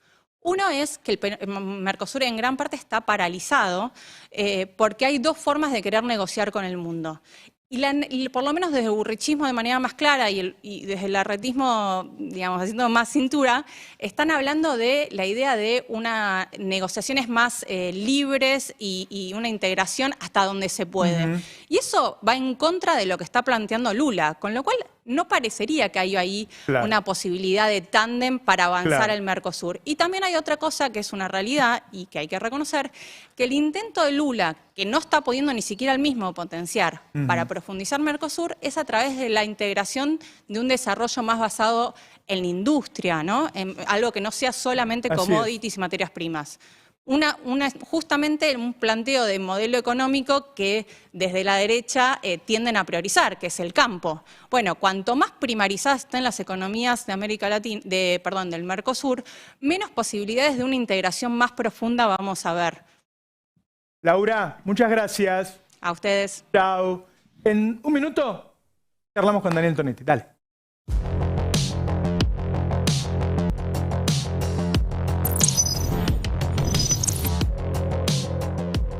Ya estábamos con Daniel Tonetti. ¿Cómo estamos, Daniel? ¿Qué tal? Muchas gracias, Roberto, por invitarme acá. Muy lindo el boliche, está muy bueno. Felicitaciones. Está puesto a todo color. Está muy bueno, realmente. Bueno, como saben, felicitaciones. El 13 de agosto vamos a hacer las elecciones por otros medios, con varios medios, entre ellos la participación de Daniel Tonetti con Siempre Soy, de Futurock, de Gelatina, Futurock, ustedes saben, de Julia Mengolini. Ahí está el flyer que divulgamos, la gente de Meta, de la revista Crisis.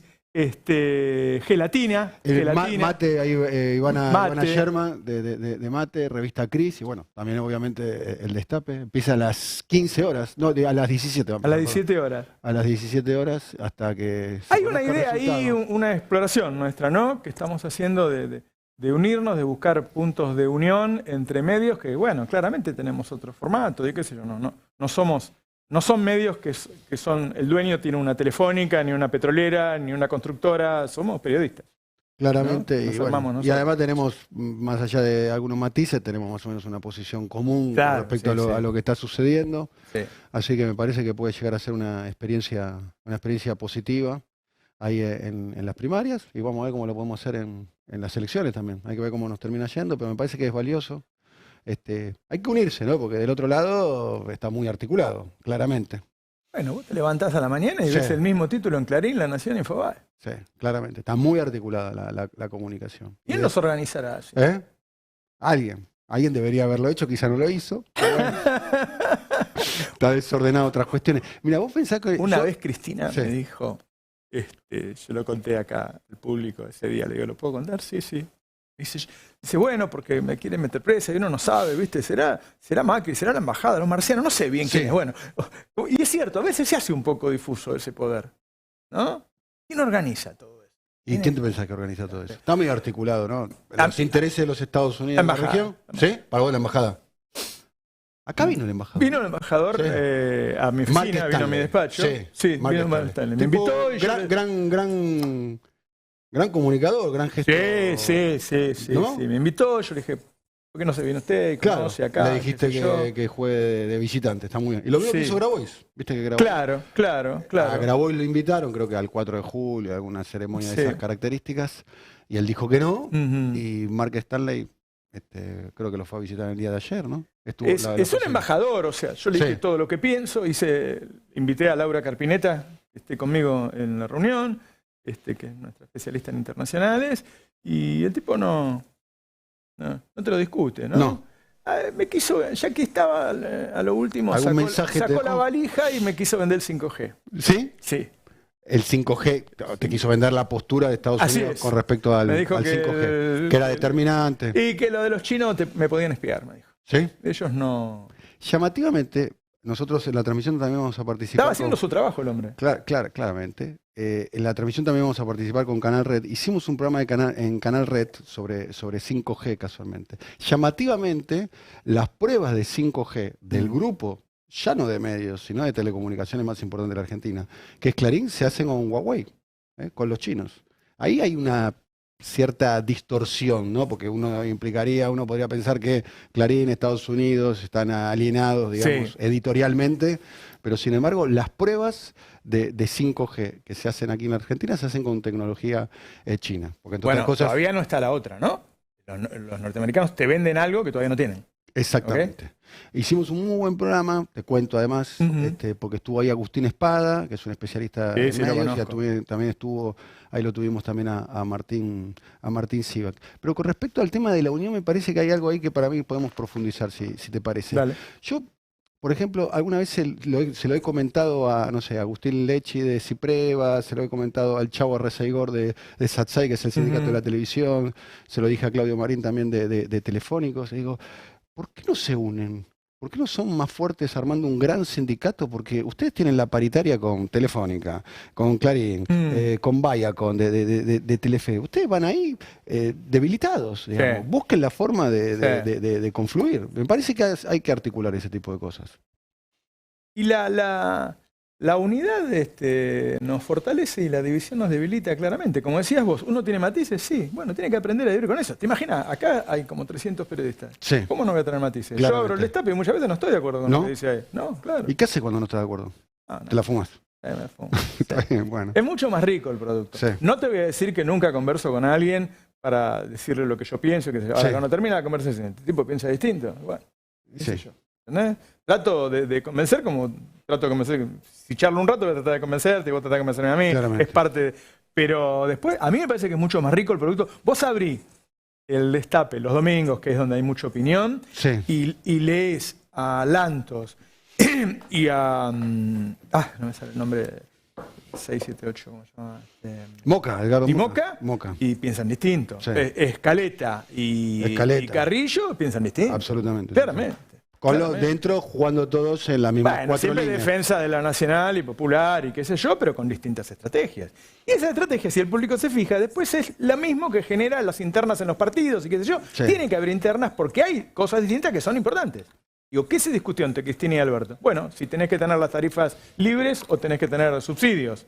Si tenés que tener déficit fiscal o no tenés que tener... Bueno, en eso hay discusiones dentro del La pimpinelearon demasiado, Alberto y Cristina. Yo cuando repaso, miro hacia atrás, yo creo que hubo muchos errores compartidos por parte de ellos dos. No estuvieron a la altura del desafío que les presentó la historia. Realmente lo creo. Lo digo desde el lugar que... Lo digo desde el corazón también, pero...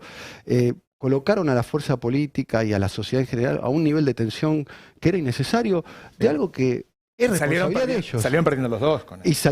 Y es una responsabilidad de ellos, ¿no? Porque ellos son llamémoslo, los adultos, los dirigentes, son dirigentes importantes, de espesura. Y son profesionales de la política. Y son políticos profesionales. O sea, no le pasó a cualquiera. Exactamente. Pasó a gente con mucha expertise, en una edad de mucha madurez.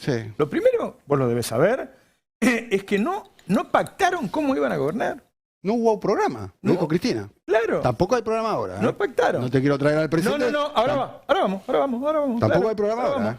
Pero no... Y Cristina lo reclamó. Yo pregunté, por lo menos hablaron de cómo iban a negociar con el FMI, que era un iceberg que estaba ahí, ¿viste? Dice, che, ¿para dónde vamos? ¿Vamos para allá? ¿Para allá? No.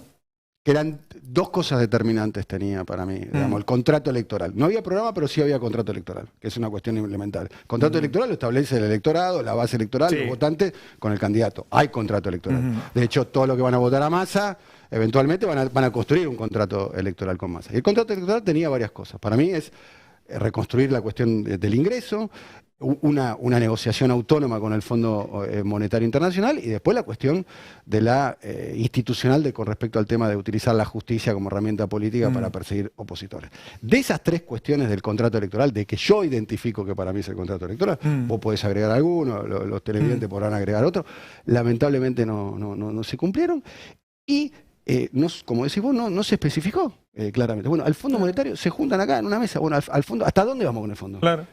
Le vamos a pedir un programa de más de 10 años. Para eso se necesita modificar el estatuto del fondo. ¿Vamos a llegar a hacer el debate suficiente? ¿Vamos a movilizar a nuestra fuerza política lo suficiente como para que el fondo entienda que si no nos da más de 10 años nosotros no lo podemos firmar?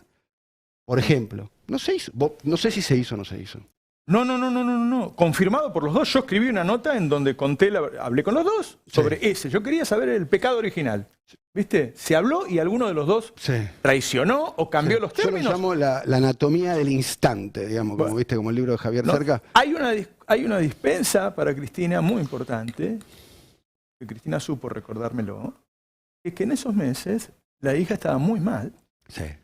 Estás sacando el ladrillo del Shenga, Estaba en Cuba. Porque es el elemento central, ¿no? Bueno, entonces, Alberto estaba bien, estaba contento, viendo, ahora voy a ser presidente. Ella estaba con un pesar enorme. Con un pesar enorme. Es una persona, no es un robot. Es una persona. Absolutamente. Una hija... Fue determinante. Muy enferma, de la cual ella no se siente culpable, pero se siente un poco responsable. ¿Cómo le puede pasar a cualquiera de nosotros? Así es. Entonces, con un enorme pesar, estaba transitando esos meses y un poco delegó.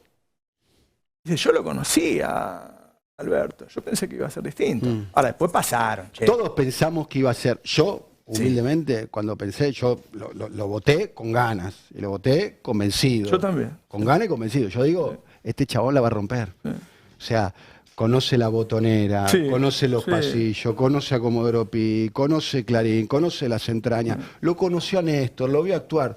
Olvídate, esto es Kirchnerismo 3.0. Claro. Olvídate, va a ser un avión.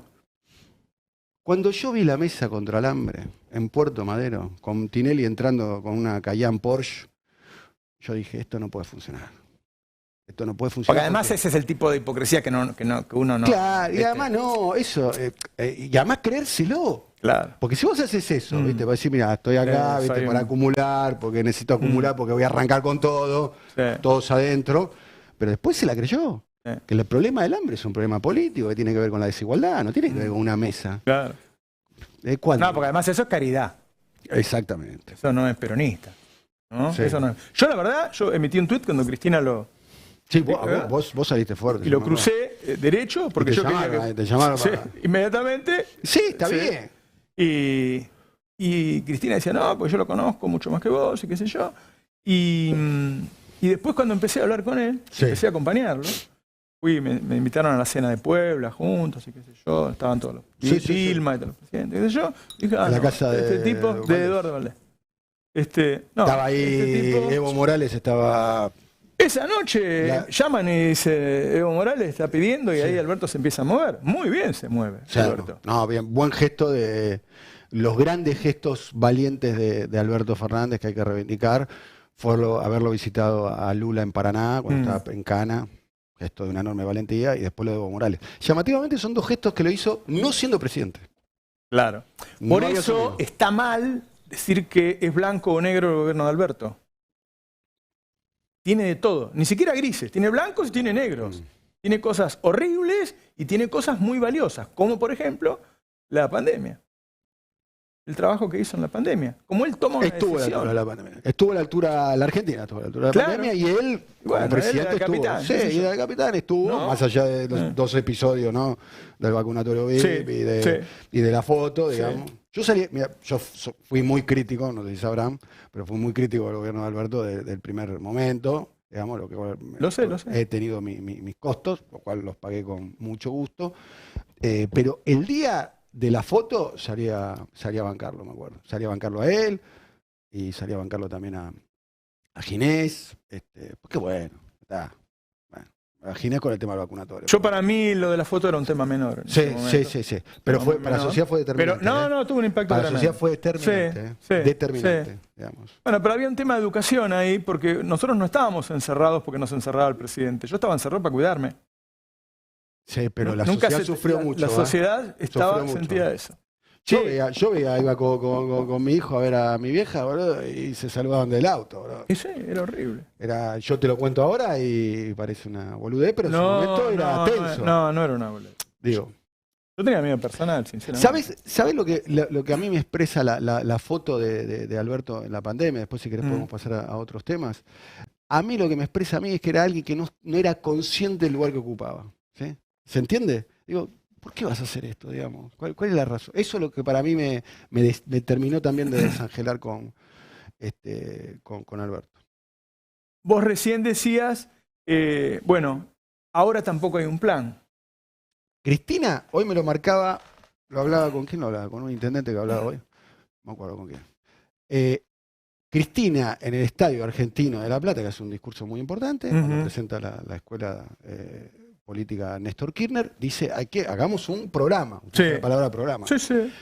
Después también lo refuerza en el templo es Ferro para los televidentes que no saben. El templo, recuerdan el templo Máximo, dice también la idea de un programa. ¿Y no existe eso? No.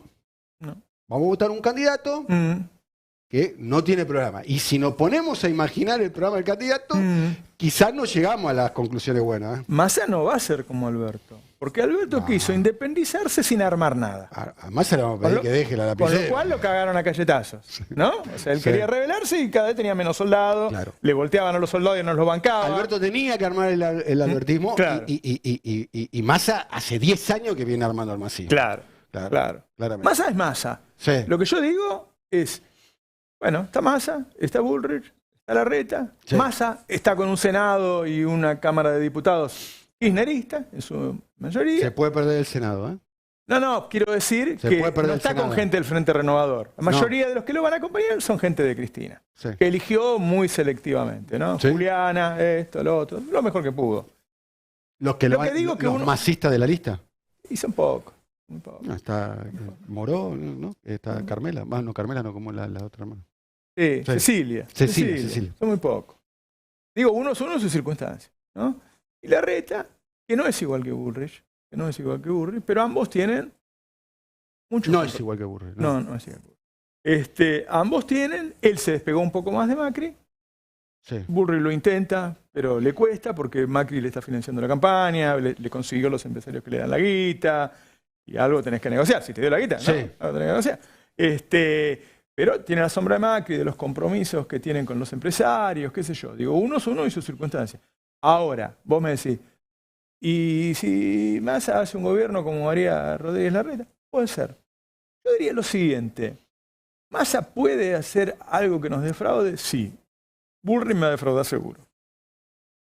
No, Bullrich es distópico la presidencia de... Es buena definición. Es una distopía. Es buena además, hice un programa especial también sobre Bullrich. Yo aprovecho para meterlo.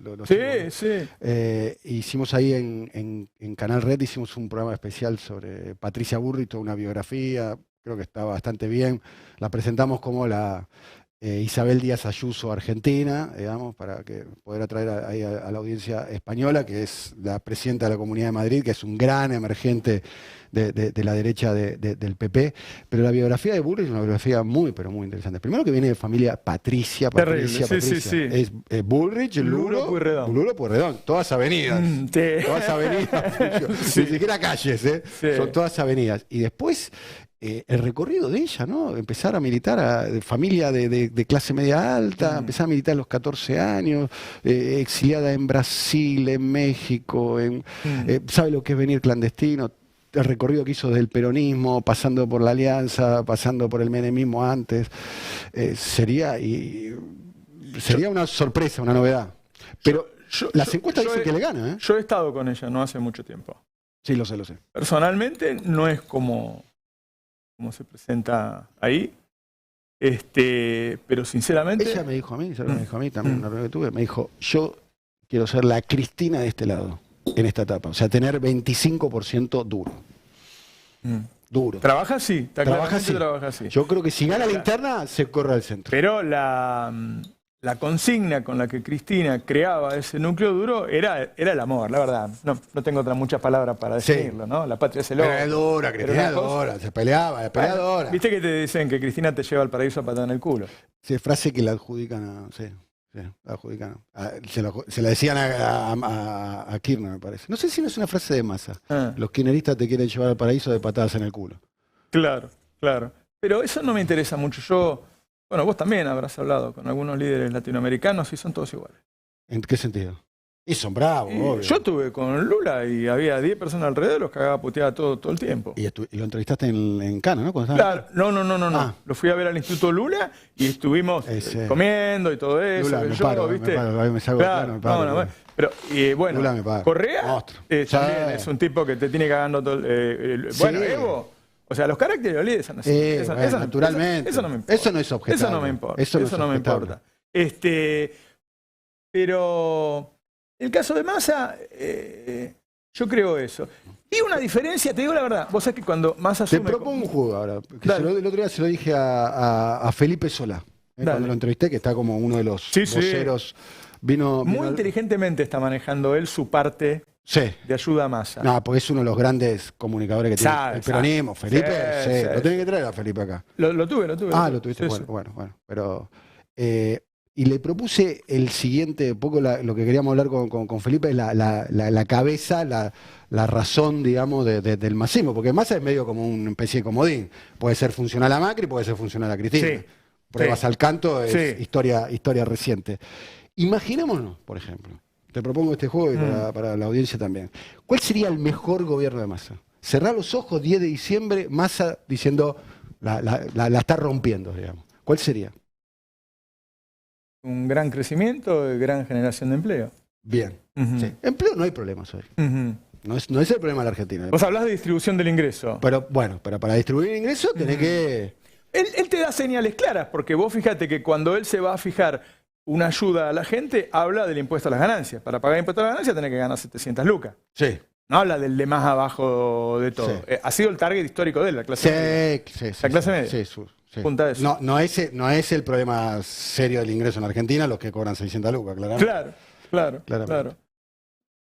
Suele tener un discurso cercano con los jubilados.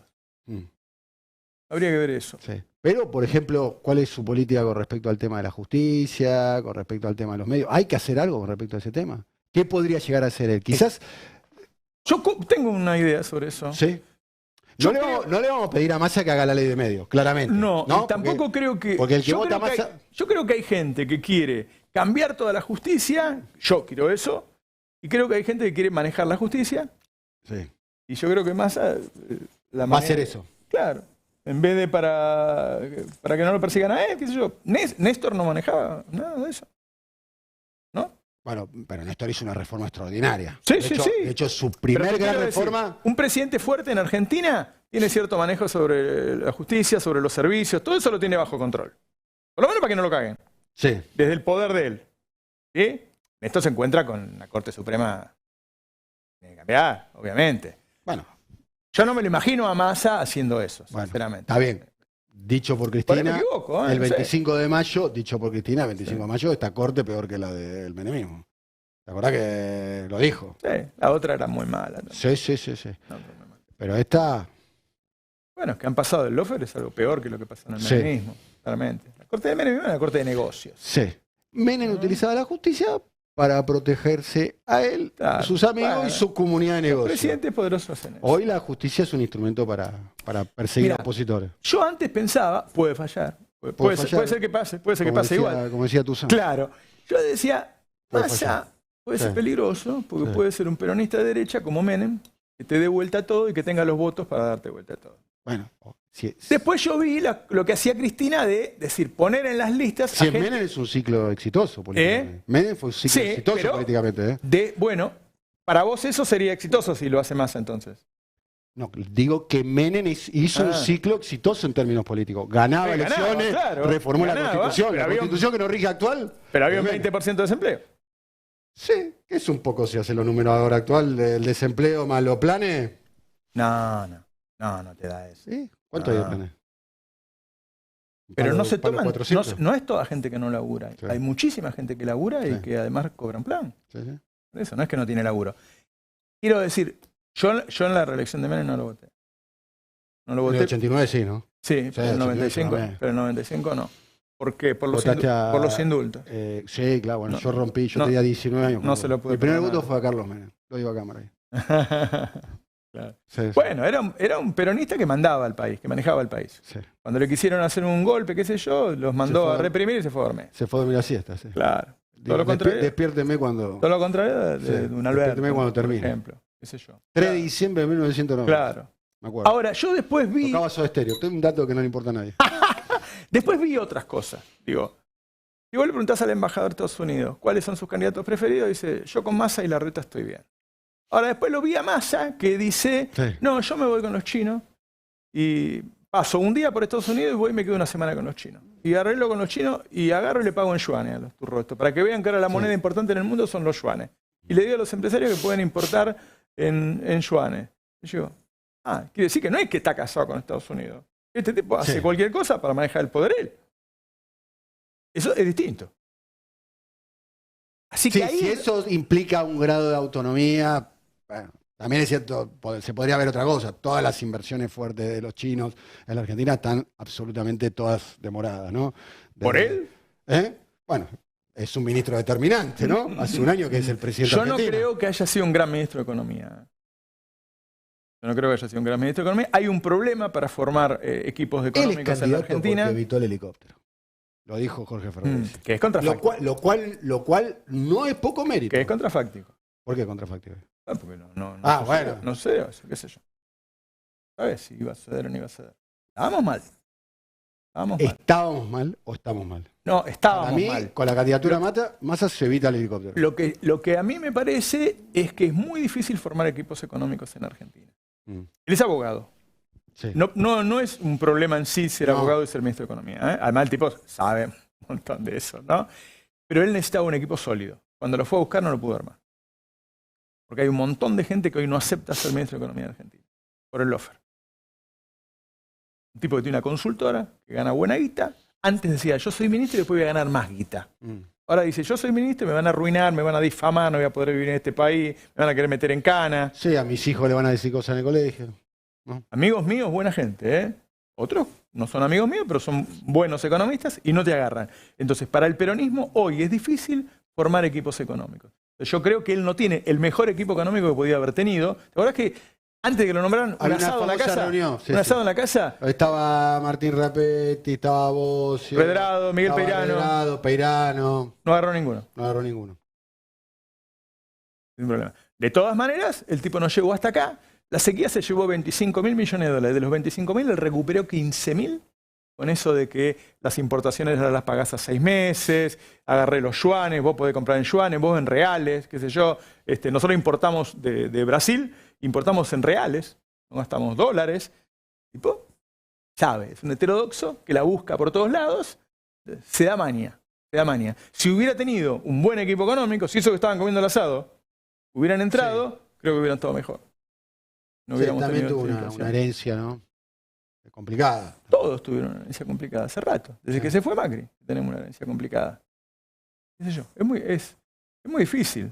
Ahí la madre del borrego está ahí para mí. Es la mala caracterización de la herencia del macrismo. Alberto, Cristina, Massa quisieron reiniciar el proceso kirchnerista y antes de Kirchner estuvo Adolfo Rodríguez Sá y Duhalde y Labaña. Esa es la precuela. Para entender a Kirchner hay que entender a ese proceso. Y para entender la proteína de la fuerza política del kirchnerismo hay que ir al 2001.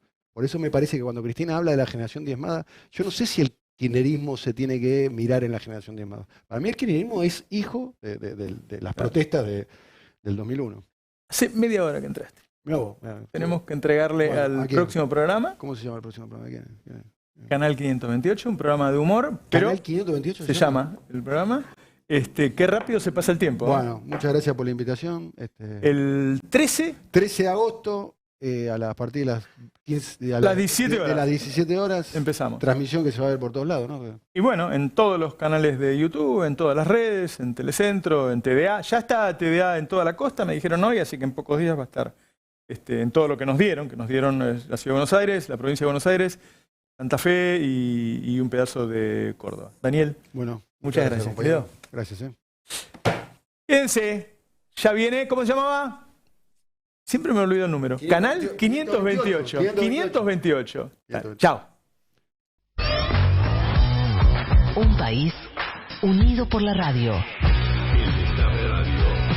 107.3. Nuestra radio.